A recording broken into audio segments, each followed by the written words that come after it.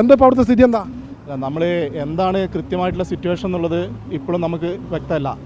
ഇവിടുത്തെ ഉദ്യോഗസ്ഥർ പറയുന്നത് 8 മുതൽ 18ഓളം ആളുകൾ മിസ്സിങ് ഉണ്ടാകാൻ സാധ്യതയുണ്ടെന്നുള്ളതാണ്.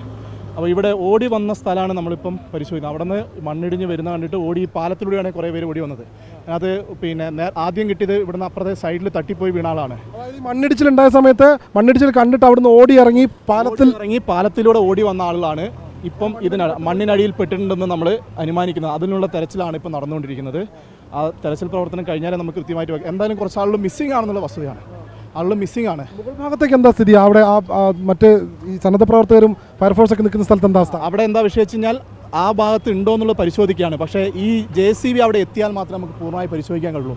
2 ആളിലധികം മണ്ണ് അവിടെ ഉണ്ട് എന്നുള്ളതാണ് വസ്തുത.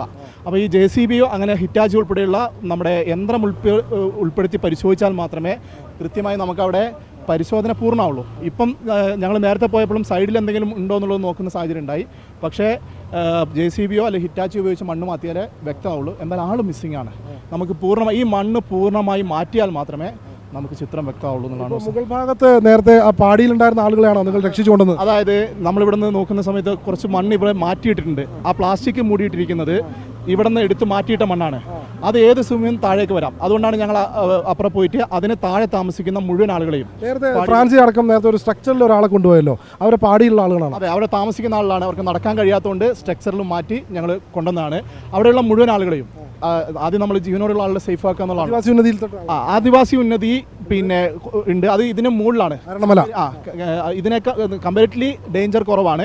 അവിടത്തേക്ക് ഇപ്പോൾ ഫോറസ്റ്റ് ഉദ്യോഗസ്ഥർ പോയിട്ടുണ്ട്. അവരുമായിട്ട് സംസാരിച്ച് അവരെ കൂടി സേഫായി കൊണ്ടുവരാനുള്ള സംവിധാനം ചെയ്യുന്നുണ്ട്. എന്തായാലും ഏറ്റവും ഡേഞ്ചറായിട്ട് ഈ മണ്ണിന് താഴെ താമസിക്കുന്ന മുഴുവൻ ആളുകളെ നമ്മൾ മാറ്റി പാർപ്പിച്ചു. അതാണ് ആദ്യം നമ്മൾ ചെയ്തത്. ഇവിടെ വന്ന മുകളിലുള്ള പാടിയിലുള്ളവരൊക്കെയോ അത് മാറ്റി. പാടിയിലുള്ള ആളുകളെയും അതേപോലെ തന്നെ മാനേജറുടെ ബംഗ്ലാവിൽ താമസിക്കുന്ന ആളുകൾ പിന്നെ ഇവിടുത്തെ ജീവനക്കാരായിട്ടുള്ള ആളുകൾ മാറി അങ്ങോട്ടേക്ക് ഓടി രക്ഷപ്പെട്ട ആളുണ്ട്. അവരെ ഉൾപ്പെടെ നമ്മൾ ഇങ്ങോട്ടേക്ക് മുഴുവൻ ആളുകളെയും മാറ്റി പാർപ്പിച്ചിട്ടുണ്ട്.